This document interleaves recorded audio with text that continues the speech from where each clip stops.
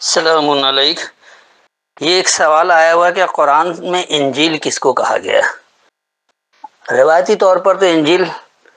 وہ کتاب ہے جو عیسیٰ علیہ السلام پر نازل ہوئی، اور ہمارے ہاں جو مشہور بات ہے کہ چار آسمانی کتاب ہے، ان میں ایک انجیل ہے۔ تو کیا قرآن بھی یہ کہہ رہا ہے؟ تو آئیے ہم اس کا جواب بھی قرآن سے ہی تلاش کرتے ہیں۔ قرآن میں لفظ انجیل 12 مرتبہ آیا، اور یقینی سی بات ہے کہ سب آیتوں کو کرنا ممکن نہیں ہے، ورنہ طویل وقت چاہیے۔ میں پھر بھی 3 جگہ سے اس کی وضاحت کر دوں گا تاکہ بات بھی سمجھ میں آ جائے اور وضاحت بھی ہو جائے کہ انجیل کیا ہے۔ اس وقت میرے پاس حافظ نظر احمد والا ترجمہ ہے، پہلے میں ان کا ترجمہ بتا دوں گا، پھر اس کے بعد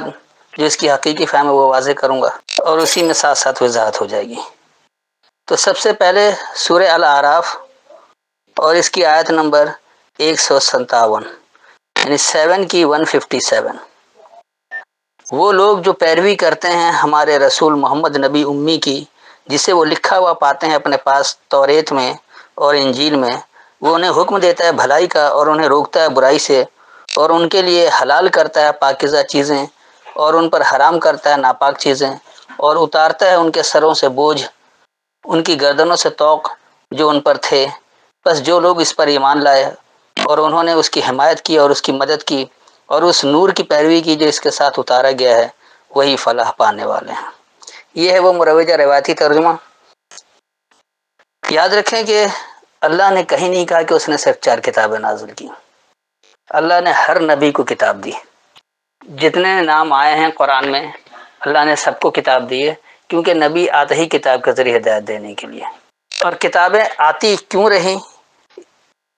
اور اب کیوں نہیں آ رہی، یہ ایک الگ بحث ہے۔ یقینی سی بات ہے کہ پہلے اللہ کے صرف احکامات تھے، پھر اس پر جو نافرمانی کی گئی اس کا انجام کیا ہوا، جو فرما بردار ہے ان کا نتیجہ کیا نکلا، وہ آگے کتابوں میں بڑھتی رہی۔ اور اس طرح جب اس میں ہر کیفیت کی ہدایت آ گئی، ہر علم کی ہدایت آ گئی، تو اسے آخری اور مکمل کتاب کہہ دیا گیا، اور اس کے بعد سے کوئی نئی کتاب نہیں آ رہی۔ اب جو بھی رسول آئے گا، رسول قیامت تک آتے رہیں گے، تو وہ اس قرآن سے ہی پیغام دیں گے، اس سے باہر سے کوئی نہیں دے سکتا۔ اگر کوئی یہ دعویٰ کرے کہ قرآن کے علاوہ اس کے پاس بھی کوئی کتاب نازل ہو رہی ہے، تو اس سے بڑا کاذب یعنی جھوٹا کوئی نہیں ہے۔ تو آئیے دراصل یہاں اس آیت کی حقیقی فہم کیا ہے اس کو واضح کر دیں۔ الذین یتبعون، وہ لوگ وہ جو اتباع کرتے ہیں، جو پیچھے چلتے ہیں، الرسول النبی الامیہ، خاص ماخذ کے، خاص خبر دینے والے، خاص پیغام کے، سب کے ساتھ الف لام لگا ہوا ہے۔ امی ماخذ کو کہا جاتا ہے، ماخذ والے، نبی خبریں، خبر دینے والا، رسول پیغام دینے والا، تو ماخذ کی خبر کا پیغام دینے والا۔ الذی یجدونہ، وہ جو کہ وہ اسے پاتے ہیں، مکتوباً، لکھا ہوا، الفاظوں میں پابند کیا ہوا، عندہم، اپنے پاس، فی التورات والانجیل، التورات میں اور الانجیل میں۔ تورات کہا جاتا ہے شرعی حکم کو، جو اللہ کی ہر کتاب میں شرعی حکم ہوتا ہے، اور انجیل کہا جاتا ہے اس کے خوشکن نتائج کو۔ یقینی سی بات ہے جب اللہ کے شرعی حکم پر عمل درآمد کیا جائے گا بغیر کسی ملاوٹ کے، تو اس کے وہ خوشکن بہترین نتائج بھی سامنے آئیں گے۔ نہیں کریں گے تو بہتر نتائج نہیں آئے گا سامنے۔ پر ایسا کیوں ہوتا ہے، آگے اس کی وضاحت ہے کہ یأمرہم بالمعروف، وہ معاملہ دیتے ہیں انہیں پہچان کروائی ہوئی کا، وینہاہم عن المنکر، اور وہ انہیں باز رکھتے ہیں اجنبیت کے بارے میں۔ تو یہ جو تورات انجیل ہے، یا جو کچھ بھی وہ اپنے پاس لکھا ہوا پاتے ہیں، اس میں انہیں جو معاملہ دیا جاتا ہے پہچان کروائی کا، جو اللہ نے اپنی کتاب میں پہچان کروائی ہے، اور انہیں باز رہنے کو کہا جاتا ہے کتاب سے اجنبیت والے حکم کے بارے میں۔ اس لیے آگے اللہ اس کی مزید وضاحت کر رہا ہے کہ وَيُحِلُّ لَهُمُ الطَّيِّبَاتُ، اور انہیں اپنانے کو کہا جاتا ہے ان کے لیے خاص پسندیدگی، یہ کہ ان کے لیے پسندیدگی کو اپنانے کو کہا جاتا ہے۔ وَيُحَرِّمُ عَلَيْهِمُ الْخَبَائِثَ، اور چھڑوایا جاتا ہے ان پر ناپسندیدگی۔ یہ پاک یا ناپاک کچھ نہیں ہوتا ہے، پے تو عربی کا لفظ بھی نہیں ہے، دراصل یہ پسندیدہ اور غیر پسندیدہ کی بات ہے۔ تو جو اللہ کو پسند ہو، یہ نہیں کہ ہماری پسند جو وہ طیب ہو جائے. یعنی ہم 5 وقت نماز پڑھنا اگر پسند کر رہے ہیں، اللہ نے 5 وقت نماز پڑھنے کا حکم ہی نہیں دیا، اللہ تو 2 وقت صلات کی بات کر رہا ہے. تو پسندیدہ وہ ہوگا جو اللہ بتا رہا ہے، اور چھڑوایا جائے گا ان پر ناپسندگی کو جو کہ اللہ کو ناپسند ہے. آپ اسے کیوں اپنا رہے ہیں؟ اس لیے آگے اللہ بتا رہے کہ وَيَضَعُ عَنْهُمْ إِصْرَهُمْ، اور انہوں نے مکمل کر کے دیا ان کے بارے میں ان کا اصرار، والاغلال، اور وہ جو انہوں نے توق باندھ رکھا ہے، جو اپنے اوپر لازم کر رکھا ہے، التی کانت علیہم، وہ جو کہ ان پر ہے. تو یہ دراصل جو انہوں نے بنا کر دیا ہے اپنا اصرار اور اپنا توق، انہوں نے خود اپنے اوپر لادا ہوا ہے. فالذین آمنوا بہ، بس وہ لوگ جنہوں نے مان لیا اس کتاب کے ذریعے، وعزروہ، اس کی حمایت کیا، اس کا بوجھ اٹھایا، ونصروہ، اور ہم سے اس کی مدد لیا، واتبعوا النور الذی، یعنی انہوں نے اتباع کی اس خاص روشنی کی، الذی انزل معہ، جو کہ سامنے آیا اس کے ساتھ، اولئک هم المفلحون، تو یہی لوگ وہی کامیاب ہوں گے. تو اس آیت میں اللہ نے بہت واضح طور پر بتا دیا کہ وہ آدمی، وہ شخص، ہر وہ آدمی، ہر وہ لوگ جو ماخذ کے خبر کے پیغام دینے والے کی اتباع کرتے ہیں اور وہ اسے اپنے پاس لکھا ہوا پاتے ہیں اللہ کی کتابوں میں، یعنی اس کے شرعی حکم میں اور اس کے خوشکن نتائج میں، انہیں معاملہ دیا جاتا ہے پہچان کروائی کا، اور انہیں اس سے اجنبیت کے بارے میں باز رہنے کو کہا جاتا ہے. ان کے لیے پسندیدگی کو اپنانے کو کہا جاتا ہے اور ان کے لیے ناپسندیدگی چھڑوایا جاتا ہے. اور انہوں نے خود جو اپنے بارے میں ایک اصرار بنا کر دیا ہے، جو بار بار وہ اصرار کرتے ہیں کہ ایسا کرو نہیں، 5 وقت نماز پڑھو، 2.5% زکوٰۃ دو، یا وہ سعودیہ جا کر حج کرو، یا بھوکے پیاسے رہ کر روزہ رکھو، یہ ساری چیزیں یہ ان کا اصرار ہے، اور یہ اغلال ہے، یہ توق انہوں نے اپنے اوپر خود ڈال رکھا ہے، وہ جو ان پر ہے. تو اب ہوگا کیا کہ جو لوگ اس کتاب کے ذریعے ماننے والے ہو جائیں اور اس کی رفاقت اختیار کریں، اس کی حمایت کریں، اس کے مددگار بن جائیں، یعنی وہ اس روشنی کی اتباع کرے جو اس کے ساتھ ان کے سامنے آیا ہے، کتاب کے ساتھ آگے کتاب میں جو باتیں ہیں اس کے آیتوں کے ذریعے جو وضاحت ہوگی، تو یہی لوگ جو وہ کامیاب ہوں گے. اور جو لوگ ملاوٹ کر لیتے ہیں، اپنی طرف سے دے رہے ہیں، یقینی سی بات ہے ان کے لیے کامیابی نہیں ہے. تو یہ تھی پہلی آیت. اب آئیے دوسری جگہ، اور یہ ہے سورہ توبہ، اور اس کی آیت نمبر 111، یعنی 9 کی 111، 9 کی 111. بے شک اللہ نے خرید لی مومنوں سے ان کی جانیں اور ان کے مال، اس کے بدلے کہ ان کے لیے جنت ہے، وہ لڑتے ہیں اللہ کی راہ میں، سو وہ مارتے ہیں اور مارے بھی جاتے ہیں. اس پر سچا وعدہ ہے تورات میں اور انجیل اور قرآن میں، اور اللہ سے زیادہ کون اپنا وعدہ پورا کرنے والا ہے. بس تم اپنے اس سودے پر خوشیاں مناؤ جو کہ تم نے اس سے سودا کیا ہے، اور یہ عظیم کامیابی ہے. یہ ان کا روایتی مروجہ ترجمہ. تو یہاں سے ایسی باتیں لگتی ہیں کہ واقعی کچھ الگ الگ کتاب بھی ہے اور بات ہی کچھ اور ہو رہی ہے. تو بہرحال میں ویسے بھی بحث برائے بحث کا قائل نہیں ہوں، اور نہ میں بلا وجہ تنقیدی نگاہ ڈالتا ہوں. ہم اس کی حقیقی فہم کو سمجھ لیتے ہیں تو ہر آدمی کو اپنا جواب خود ہی مل جائے گا. تو دیکھیے یہاں حقیقی بات کیا ہو رہی ہے. ان اللہ اشترا، بے شک اللہ سے حاصل کر لیا، یعنی اللہ نے حاصل کر لیا، من المؤمنین، ماننے والوں سے، انفسہم، ان کی نفسیات، ان کی سوچ، واموالہم، اور ان کے مال، بان لہم الجنہ، یہ کہ ان کے لیے خاص خوشحالی ہے. یقاتلون فی سبیل اللہ، وہ جھگڑتے ہیں اللہ کے راستے میں، فیقتلون ویقتلون، بس وہ جھگڑے بھی جاتے ہیں اور جھگڑتے بھی ہیں. وعدن علیہ حقا، تو اس پر وعدہ، حقیقی وعدہ ہے، ایک سچا وعدہ ہے، فی التوراۃ والانجیل والقرآن، شرعی احکامات میں، یعنی اس کے خوشکن نتائج میں، یعنی قرآن میں، کیونکہ قرآن ہی میں ساری باتیں ہیں. اللہ نے اپنی وحی کہیں بھی الگ نہیں کیا. اللہ نے یہ سورہ شورى کی آیت نمبر 13 میں بتا دیا کہ ہم تمہیں وہی حکم دے رہے جو ہم نے نوح کو دیا تھا، ابراہیم کو دیا، عیسیٰ کو دیا. تو اللہ نام لے کر گنوا رہا ہے. تو اللہ کے احکامات کبھی تبدیل نہیں ہوئے.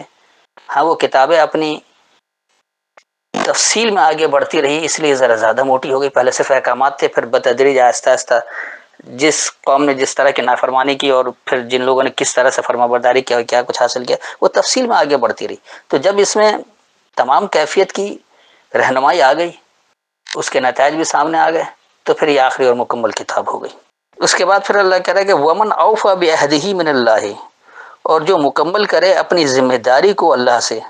فاستبشروا ببیعکم، بس جلد تم انہیں آگاہی دے دو تمہارا جو لین دین ہے، الذی بایعتم بہ، وہ جو تم نے لین دین کیا اس کتاب کے ذریعے، وذالک هو الفوز العظیم، اور وہی وہ انتہائی کامیابی ہے۔ تو اس آیت میں اللہ نے بہت واضح طور پر بتایا کہ دیکھو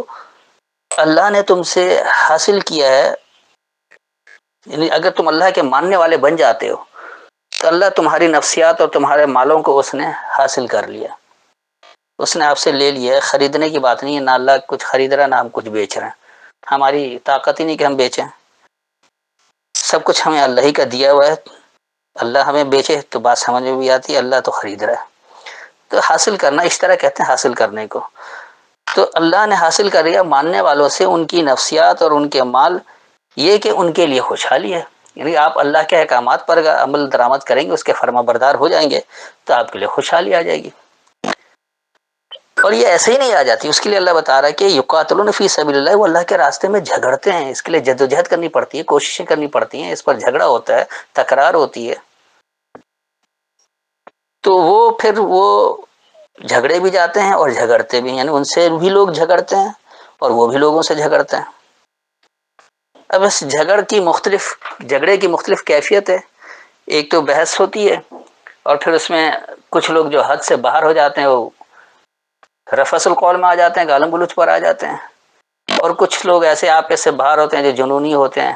تو وہ مار پیٹ جان سے مارنے کی طرف بھی آ جاتے ہیں فتوے لگا کر۔ تو یہ مختلف طرح کا جھگڑا ہے، اس میں کوئی سی بھی کیفیت ہو سکتی ہے، تو وہ جھگڑتے بھی ہیں اور جھگڑے بھی جاتے ہیں، لیکن وہ کسی کے لیے غیر سلامتی والے کام نہیں کرتے جو ماننے والے ہوتے ہیں، نہیں ماننے والے غیر سلامتی والے کام کرتے ہیں تو دفاع میں لڑنا بھی پڑتا ہے۔ اور یہ اللہ بتا رہا ہے کہ یہ حقیقت میں اس پر جو وعدہ انہیں دیا گیا ہے وہ شرعی حکم میں بھی دیا گیا ہے، اس کے نتائج میں بھی دیا گیا ہے، یعنی قرآن میں یہ ساری باتیں واضح ہیں۔ تو یہ تورات، انجیل اور قرآن دراصل الگ الگ نہیں ہیں، ایک ہی بات ہے۔ شرعی حکم قرآن میں ہی موجود ہے، اس کے خوشک نتائج بھی قرآن میں موجود ہیں، اور قرآن ہی وہ واحد کتاب ہے جس کی اتباع کی جانی ہے، جس کے پیچھے چلنا ہے، جہاں سے اللہ کی ہدایت کی فرما برداری اختیار کی جانی ہے۔ آگے اللہ اس کی مزید وضاحت کر دے رہا ہے کہ جو اس ذمہ داری کو جو اللہ سے اسے مل رہی ہے اسے مکمل کرے گا، اللہ نے جو احکامات دیے جب اس کو ذمہ داری کے ساتھ وہ اپنے زندگی میں عمل میں لے کر آئے گا، اس پر عمل پیرا ہوگا، تو پھر ایسے لوگوں کو آگاہی دے دو کہ ان کا جو یہ لین دین ہے عمل کے ذریعے، تو وہ تمہارا لین دین اس کتاب کے ذریعے ہے، تو آگاہی تمہیں اس لین دین کے ذریعے مل رہا ہے کہ جو تم عمل کرو گے اس کے یہ خوشکن نتائج ہے، وہ سامنے بھی آتا رہے گا، وہ اس کی آگاہی ہے، اور وہ آگاہی دراصل اس نے اس کتاب کے ذریعے ہی لیا ہے، اور یہی وہ انتہائی کامیابی ہے۔ تو جو کتاب سے باہر سے ہدایت لے لے گا اسے وہ کامیابی نہیں ملے گی، اس لیے کہ وہ اللہ جو عمل کہہ رہا ہے اس عمل کے بدلے میں اللہ جو آپ کو نتیجہ دینا چاہ رہا وہ نہیں ملتا ہے۔ اب آئیے تیسری اور آخری جگہ تاکہ حجت تمام ہو جائے اور بات بھی واضح ہو جائے، تو اس کے لیے آپ آئیے سورہ الحدید اور اس کی آیت نمبر 27، یعنی 57 کی 27۔ پھر ہم ان کے قدموں کے نشانات پر ان کے پیچھے ہم اپنے رسول لائے، اور ان کے پیچھے ہم عیسیٰ ابن مریم کو لائے، اور ہم نے اسے انجیل دی، اور جن لوگوں نے اس کی پیروی کی ان کے دلوں میں نرمی اور محبت ڈال دی، اور ترک دنیا جس کی رسم خود انہوں نے نکالی ہم نے ان پر واجب نہ کی تھی، مگر انہوں نے اللہ کی رضا چاہنے کے لیے اختیار کی تو اس کو نہ نباہا جیسے اس کے نباہنے کا حق تھا۔ تو ان میں سے جو لوگ ایمان لائے ہم نے انہیں ان کا اجر دیا، اور اکثر ان میں سے نافرمان ہیں۔ تو یہ ہے وہ مروجہ روایتی ترجمہ۔ اب دیکھیے یہاں حقیقت میں بات کیا ہو رہی ہے۔ ثم قفینا، پھر ہم ان کے پیچھے لائے، ہم سے ان کے پیچھے آئے، علی آثارہم ان کے آثار پر، بے رسولنا ہمارے پیغامات دینے والوں کو، وقفینا اور ہم ان کے پیچھے لائے، بے عیسی ابن مریم انسانیت کی بنیاد پر بلا امتیاز فائدہ دینے والے کو، وآتیناہ الانجیل یعنی ہم نے اسے دیا خوشکن نتائج، وجعلنا اور ہم نے بنا دیا، فی قلوب الذین اتبعوہ پلٹنے والے لوگوں میں جو اس کی اتباع کر رہے ہیں، رافتن و رحمتن، ایک نرمی اور ایک رحمت۔ رحمت وہی کہا جاتا ہے جب آپ اللہ کے احکامات پر مکمل عمل درآمد کریں گے، مکمل فرما بردار بنیں گے، تو اس کا جو اچھا نتیجہ آئے گا وہ رحمت ہے۔ اور اگر آپ غلط عمل کریں گے تو جو اس کا نتیجہ آتا ہے زحمت کے طور پر، تو وہ رحمت نہیں رہتی ہے، اس کو سزا کہنا چاہیے، عذاب کہنا چاہیے۔ اس کے بعد کہہ رہے وہ رہبانیتا، اور رہبانیت یعنی وہ احتیاطاً ڈرنا، رہب کہا جاتا ہے احتیاطی خوف کو، یعنی آپ ڈر رہے کہ ایسا کریں گے ایسا نہ ہو جائے، ایسا کریں گے ایسا نہ ہو جائے، تو وہ اس لیے احتیاطی طور پر ڈر دیتے ہیں، احتیاطی طور پر چھوڑ دیتے ہیں۔ ابتدا ہوا، اس کی جو ابتدا کیا ہے، اس کو جو شروع کیا ہے، ما کتبناہا علیہم، تو ہم نے اسے لازم نہیں کیا ان پر، نہیں ہم نے اسے لکھ کر دیا ان پر، الا ابتغاء، صرف تلاش کرنا، رضوان اللہ، اللہ کی رضامندی، فما رعوہا، بس نہیں اس کی سچی نگہبانی کیا، یا اس کو آپ یہ کہہ سکتے ہیں کیونکہ ریت اسی سے نکلا، رعوہا جو ہے یہ رے عین واو، ریت عام عوام، اس کے پیچھے چلنے والے، تو صرف ان کا جو تلاش کرنا اللہ کی رضامندی، بس نہیں اس کی سچی نگہبانی کیا، حق کا رعایت، یا جو حقیقت میں اس کی سچی نگہبانی تھی۔ فَأَعْطَيْنَا الَّذِينَ آمَنُوا مِنْهُمْ، بس ہم نے ان لوگوں کو، ماننے والے لوگوں کو، ہم نے ان میں سے ماننے والے لوگوں کو ہم نے دیا اجرہم، ان کا نتیجہ، وَكَثِيرٌ، اور جو کثرت ہے، منہم، ان میں سے، فاسقون، بگاڑ کرنے والی ہے۔ تو اس آیت میں جو واضح طور پر اللہ نے ہدایت دی ہے، جو بات سامنے آ رہی ہے کہ اللہ بتا رہا ہے کہ ہم نے ان کے آثار پر اپنا پیغام دینے والا۔ اب یہ اگر کس کے آثار، آپ اس سے پہلے والی آیت کو اگر دیکھ لیں تو وہاں پر اللہ نوح، ابراہیم اور ان کی ذریت کو جو نبوت اور کتاب دے رہا ہے اس کی بات چل رہی ہے، تو یہ پھر ان کے آثار پر اس کے پیچھے ہم نے بھیجا، ایک وقفہ کر کے بھیجا، اور ایک وقفے کے بعد ایک ایسا شخص آیا جس نے انسانیت کی بنیاد پر بلا امتیاز سب کو فائدہ پہنچایا۔ تو دراصل اسے وہ خوشکن نتائج ہم نے دیا، کیونکہ اس نے مکمل عمل کر کے دکھایا، اللہ کی ہدایت کے مطابق مکمل فرما برداری اختیار کی، تو اس کے جو خوشکن نتائج تھے وہ بھی سامنے آ گیا۔ اور پھر اللہ یہ کہہ رہا ہے کہ ہم نے اس کی اتباع کرنے والے لوگوں کے پلٹنے میں نرمی اور رحمت بنایا۔ تو جو لوگ انسانیت کی بنیاد پر بلا امتیاز فائدہ دینے والے تھے، بھی اس کی اتباع کرتے تھے، اس کے پیچھے چلتے تھے، ایسے پلٹنے والے لوگوں میں رحمت اور نرمی ہے، یعنی وہ نرم دل بھی ہوتے ہیں اور وہ کسی کے لیے پریشانی کا باعث نہیں بنتے ہیں، ہر ایک کے کام آنے والے ہوتے ہیں۔ اس کے بعد پھر اللہ بتا رہا ہے کہ یہ جو رہبانیت ہے،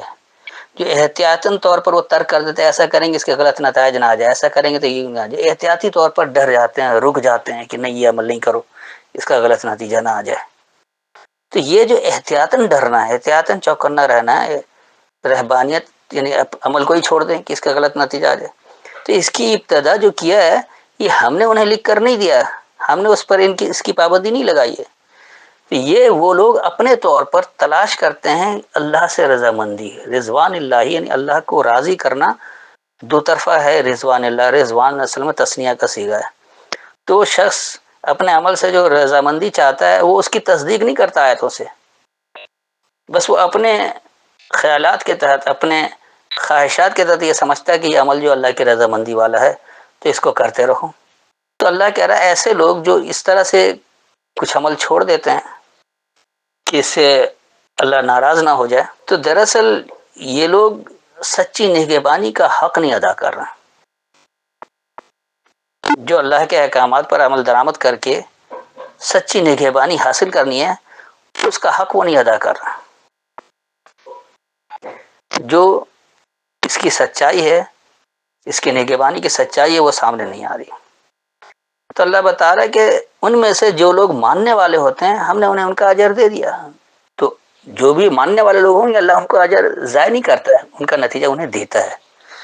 لیکن ان میں سے جو اکثریت ہے وہ بگاڑ کرنے والی، تو بگاڑ کرنے والوں کو اللہ نتیجہ کیسے دے گا؟ تو آج کے مسلمانوں کا حال آپ دیکھ لیں، یہ ایسے ہی ہے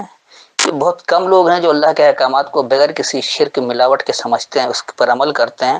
یعنی وہ روا حق کا رعایتی حق کی بات کرتے ہیں، اس کی نگہبانی کے جو حق ہے اس طرح سے نگہبانی کرتے ہیں، تو پھر ان لوگوں کو اللہ ان کے عمل کا نتیجہ بھی دیتا ہے۔ لیکن کیونکہ اکثریت ان میں سے بگاڑ کرنے والی، لہٰذا عملی طور پر وہ جو مشترکہ نتیجہ ہے وہ سامنے نہیں آ رہا ہے۔ تو دنیا بھر میں آج جو مسلمان ذلیل و خوار ہے، اس کی وجہ یہی ہے کہ اس نے اللہ کے احکامات میں اتنی ملاوٹ کر دی ہے کہ اللہ کچھ کر انہوں نے کچھ اور کر دیا، اور اچھے اچھے ان اعمال کو ترک کر دیا ہے جس کو اللہ نے کہا تھا کہ عمل کرنا ہے، انہوں نے رہبانیت اختیار کر لی۔ ہمارے یہاں رہبانیت اس کو کہا جاتا ہے جو شہر کو چھوڑ کر، اپنے گھر دیوار کو چھوڑ کر کہیں جنگل میں جا کر آباد ہو جائے اور اللہ کی عبادت کرتا رہے، یہ رہبانیت نہیں ہے۔ اللہ نے آپ کو کہا ہے کہ آپ سب سے پہلے با کردار بنیں، پھر اس کے بعد آپ اچھا معاشرہ بنائیں، اور پھر آپ ایسا نظام نافذ کریں جو دنیا کے لیے سلامتی والا ہو اور لوگ اسے قبول کریں گے۔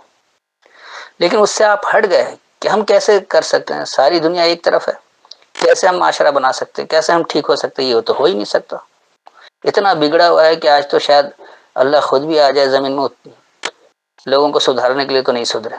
اس طرح کی باتیں لوگ کرتے ہیں، ملاوٹ کرنے والے جو خود عمل کرنا نہیں چاہتے ہیں، تو وہ لوگ ایسی باتیں بناتے ہیں، تو وہ دراصل سچی نگہبانی کا حق ہی نہیں ادا کرتے ہیں۔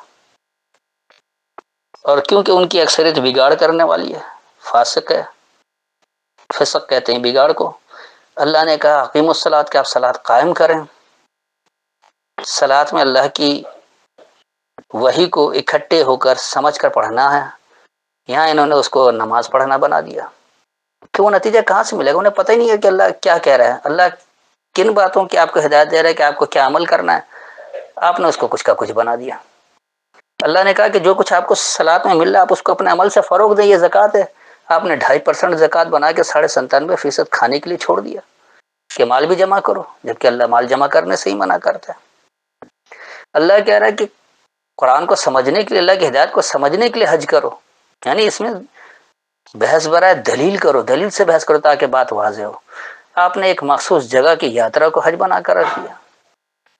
اللہ کہہ رہا ہے آپ کا ہر وہ عمل جو قرآن کے خلاف ہے اس سے رک جاؤ، اس کو سیام اللہ نے کہا، یہاں بھوکے پیاسے رہنے کو آپ نے سیام کر بنا دیا۔ تو وہ نتیجہ کیسے ملے گا جو اللہ نے اپنے عمل کے نتائج بتائے ہیں؟ تو جب تک آپ اللہ کو راضی کرنے والا وہ کام نہیں کریں گے جس طرح اللہ نے کہا ہے، تو آپ اس کی نگہبانی کا حق ادا نہیں کر رہے۔ جب اللہ کے احکامات کی نگہبانی کا آپ حق ادا کریں گے سچائی کے ساتھ، تو پھر آپ کو اس کا نتیجہ بھی ملے گا، اور جو بگاڑ کرنے والے ہرگز انہیں کوئی نتیجہ نہیں دیا جائے گا۔ تو میرے خیال میں ان تینوں آیتوں سے بات تو بہت واضح ہو گئی ہے کہ انجیل دراصل اللہ کی کسی کتاب کا نام نہیں ہے، انجیل قرآن میں ہی موجود ہے۔ ہو سکتا قرآن آنے سے پہلے اس کا نام رہا ہو انجیل، لیکن جب قرآن آ گیا تو اللہ کی تمام کتابوں کی ہدایت اس میں جمع ہو گئی ہے۔ لہٰذا انجیل اس خوشکن نتائج کو کہا گیا جب آپ شرعی حکم پر عمل کریں گے۔ نہ تورات کوئی الگ نام ہے، نہ انجیل کوئی الگ نام ہے۔ جب اللہ نے آپ کو جو احکامات دیے ہیں اپنی آیتوں کے ذریعے آپ اس کے مطابق عمل کریں گے تو آپ کو وہ خوشکن نتیجہ سامنے آ جائے گا۔ نہیں کریں گے تو آج کے مسلمان کی طرح ذلیل و خوار ہوتے رہیں گے۔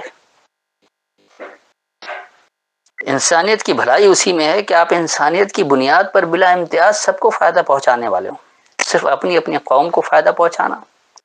یا اپنے رشتہ داروں کو، اپنی محلے والوں کو، اپنے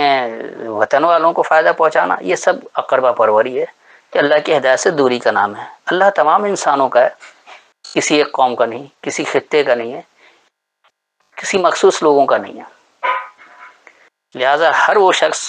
جو اللہ کی رضامندی حاصل کرنا چاہتا ہے، اللہ کی آیتوں سے ہدایت لے، اس کے پیغام کے ذریعے ہدایت لے، اس میں بغیر کسی ملاوٹ کے اس کو بات سمجھے، اس شرعی احکامات پر جب وہ عمل کرے گا تو اس کو اس کے خوشکن نتائج بھی مل جائیں گے، اور نہیں کرے گا تو نہیں ملے گا۔ اگر وہ بگاڑ کرنے والا بنا رہے گا تو اسے وہ نتیجہ نہیں ملے گا، اگر وہ مان کر صحیح عمل کرے گا تو اسے اس کا نتیجہ ضرور ملے گا۔ پھر بھی ان آیتوں کے حوالے سے اگر کوئی تشنگی ہو تو بعد میں سوال کر سکتے ہیں۔ السلام علیکم۔